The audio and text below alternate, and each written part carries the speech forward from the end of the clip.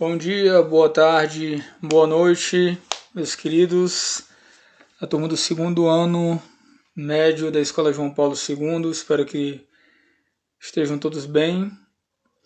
Nós vamos falar o que nós já iniciamos, tivemos uma introdução em sala de aula sobre o iluminismo. Nós temos uma imagem aqui bem conhecida, tirada do livro, né? E nós estamos nos desvinculando da Idade Média nesse período e partindo para a Idade Moderna. Nós já estamos, na verdade, dentro da Idade Moderna e pouco a pouco já caminhando para a contemporânea. Falando assim, parece que foi num curto espaço de tempo, mas o Iluminismo ele perpassa, né, o seu período de nascimento e caminha e nos visita até os dias de hoje. Então, nós temos inicialmente vamos fazer um breve retrospecto aqui do como era conhecida a Idade Média, né? No caso, a Idade das Trevas. E aí, trevas no sentido de que não se tinha luz, e essa luz era o conhecimento, onde tudo era ali muito regrado, muito fechado pela fé, mas não pela fé em si, mas pelos dogmas da Igreja Católica, sendo que é uma falha que alguns historiadores, creio que hoje em dia pouco se use isso, mas que alguns livros trazem, dizer que a Idade Média ela não teve consigo transformações, inovações, criações, que realmente só foi um tempo perdido no espaço da história, que a única coisa que você pode falar é de terra, de religião, só. Muito pelo contrário, foi nesse mesmo período que iniciou a instituição, as universidades como a gente conhece hoje em dia, né? Até então não tinha, claro, que de lá até aqui, né, nós estamos no século XXI, já deu uma mudada enorme na didática, metodologia, na própria questão estrutural. O óculos, o relógio, linhas de pensamento, até mesmo a questão da política, que saiu de um sistema totalmente descentralizado, arcaico, para um sistema já mais centralizado. Então, tudo isso aconteceu dentro do período da Idade Média. Então, não dá para dizer que ela foi completamente algo sem luz, sem conhecimento, né? Não vamos cometer esse erro. E aí, saindo dessa dita Idade das Trevas, nós viemos agora para o século das luzes, né, da Enel, da Eletropaulo. Na Eletropaulo não existe mais não. Da Enel, né, um século com cor, com seres mais, com pensamentos e seres mais iluminados, mais coloridos, por assim dizer. E essa luz, né, volto a bater nessa tecla, que é a questão de conhecimento. Quando se fala que uma pessoa é iluminada, eu tive uma luz, tive uma ideia, eureka, vem desse período, onde tem, claro que eureka já permeia tempos mais antigos. Contudo, essa questão do iluminado é uma pessoa iluminada com conhecimento, conhecimento de causa, porque estudou, porque pesquisou, né? Então, o iluminismo, um movimento intelectual que surgiu meados do século XVIII, ali já Idade Média, em alguns países já nem mais se vivia essa experiência da Idade Média, do sistema feudal, já, porque a história sim, você está aqui na Idade Média, mas não quer dizer que a Idade Média esteja em todos os lugares ao mesmo tempo. O feudalismo, ele se perpetuou na Europa de uma forma, no Japão de outra. Então não dá para dizer que foi no mundo todo teve o sistema feudal. Mas dando continuidade, né, surgiu ali durante o século XVIII na Europa e defendia o uso da razão, tendo em vista que tudo era ali focado nos dogmas da Igreja Católica. Qualquer linha de conhecimento que fosse contra o que a Igreja Católica dissesse era uma heresia. E a heresia se pagava com castigo físico. Normalmente você não ia para o tronco, para o chicote, não. Era algo mais objetivo, tipo cruz, fogueira, ou não cruz, só estaca e fogueira. Simples assim, né? E era um evento celebrado até por muitas pessoas que ficavam ao redor da fogueira ali, né? Então, isso contra o antigo regime, como já foi dito, a Idade das Trevas, que pregava, e o Iluminismo ele pregava essa maior liberdade de pensamento, como econômica, política também, né? Econômica por quê? Nós vamos ver aqui que ele procurava se desvincular um pouco também dessa autoridade, desse despotismo que nós vamos ver na próxima aula, desse absolutismo que o rei pregava. Então nós temos aqui algumas características do iluminismo, né? A, a defesa pela igualdade perante a lei, econômica, né, de forma econômica, economicamente que era desigual, perdão. Ele pregava que o homem tinha que ser igual perante a lei, não importasse o patamar que ele estivesse. Claro que uma coisa que nós vamos observar também no período iluminista, perdão, é que alguns iluministas eles defendiam o mesmo ideal, só que com alguns pontos um pouquinho diferente do outro. Todos queriam chegar no mesmo ponto, mas às vezes se tomava caminhos que se entrelaçavam ou não. Não estou dançando, viu, pessoal? Não vão nessa onda, não. A tolerância religiosa ou filosófica, né, não interessava ou o que era, mas sim o que se tinha.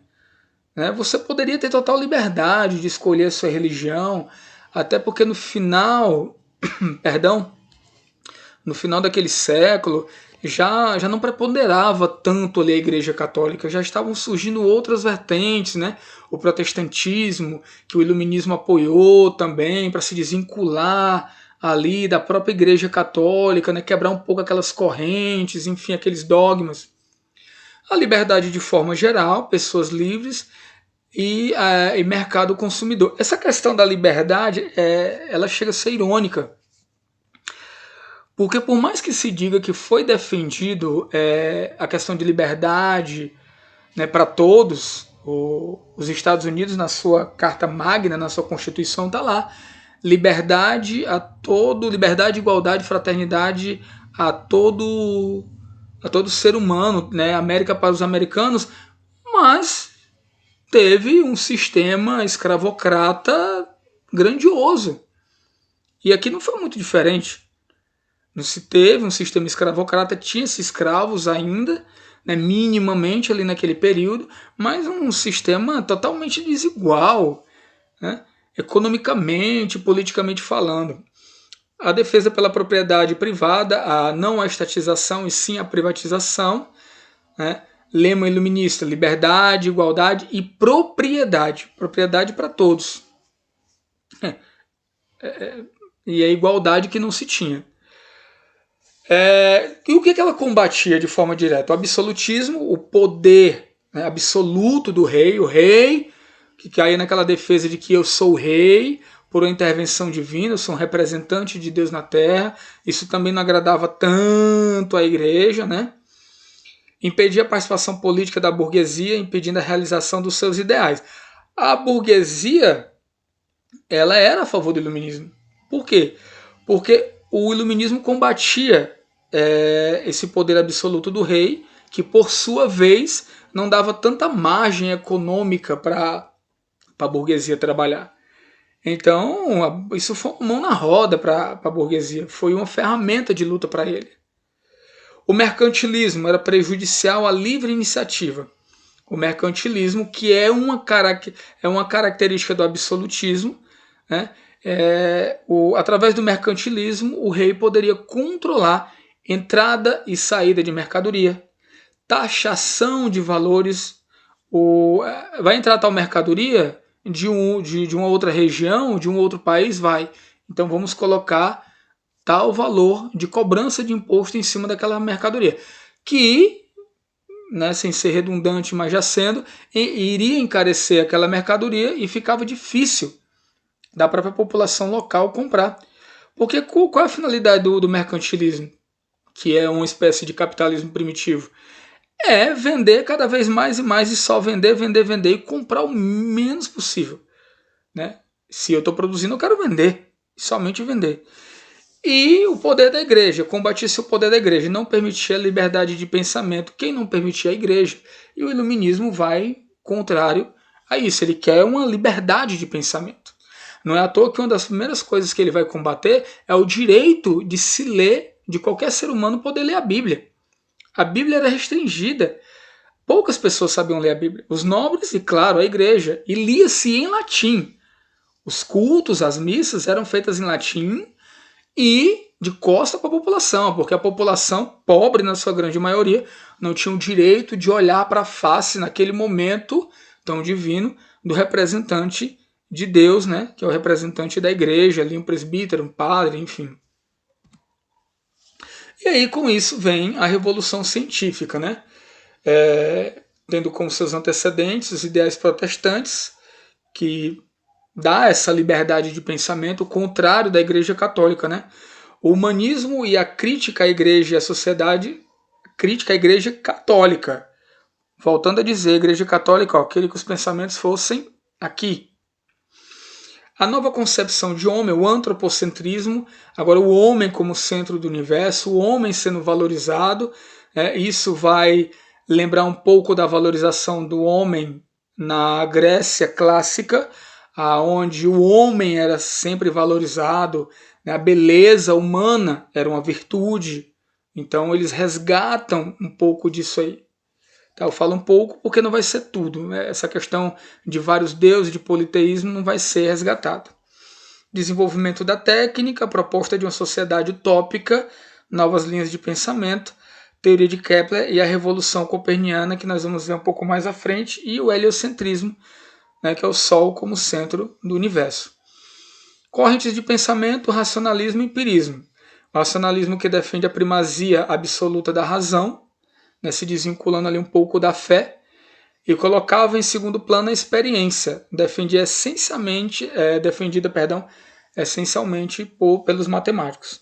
E o empirismo, que era defendida pelos pensadores ingleses, que afirmavam que todo conhecimento deve resultar da experiência e da observação cuidadosa dos fatos, ou seja, é pela experiência, pela prática, pelo convívio, pelo notar, pelo experimentar, pelo provar, pelo ver, sentir a comprovação daquilo que os ingleses defendem além de pensamento, que é o empirismo. Dentre eles nós temos aqui Galileu Galilei, né, que defende que a única maneira de compreender a natureza é experimentando. O livro da natureza é escrito em caracteres matemáticos.